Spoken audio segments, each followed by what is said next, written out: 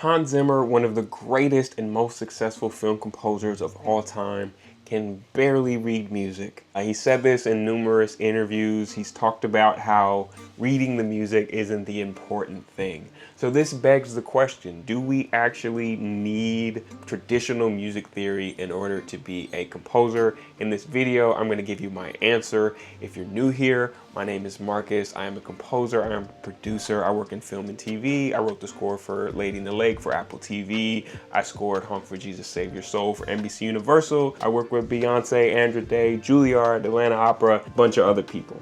So, in short, do we need music theory? I'm just gonna give you my answer. No, but it is very, very useful. In this next section, I'm gonna kind of break down like 3 reasons why I do think it's really important, 3 ways it's very helpful. But first, I'm gonna talk about like why I suspect that you're hesitant or why most people complain about music theory. School, in college, and wherever you study music, music theory is often taught as a set of rules. And in that context, it feels like a restriction. They tell you don't do parallel fifths. They tell you things have to be, arranged in this specific way, and things have to be notated in this very specific way. And for a long time, it seems very tedious. That's how it felt to me as well. I remember going through this process as somebody who had been like, just producing and making music for my friends for a long time. I'm like, yeah, but there's a lot of people who are doing very well without knowing this stuff. Like, why are these being presented as these unbreakable rules, yet like everybody is breaking them? And I think these are like valid questions to ask. And I think, you're not on the wrong path if you're asking those questions, but I think there's kind of a misalignment of like what music theory is teaching, and I'm gonna like talk about it. So while it feels like it's giving you rules and they're often presented as like, here's rules for all music, what it actually is doing is teaching you how to analyze a style of music.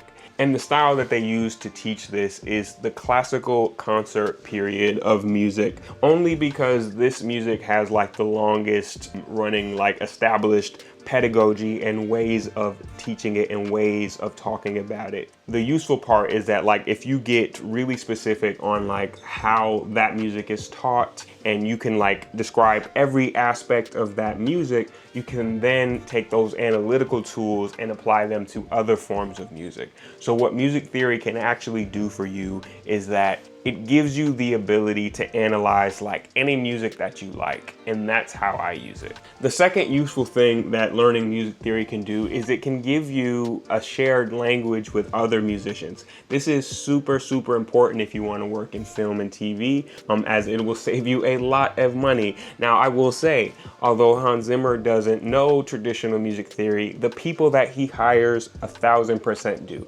Because if you didn't, and even if you're not using notated music, right? Like say we're playing in a band, I'm on keys, you're on bass, I can tell you, hey, go to the 1, then we're good, then we can play together. Like if you don't have that shared language, then it just makes it take a lot longer. And when you're in the studio, when you're working as a professional, time is money.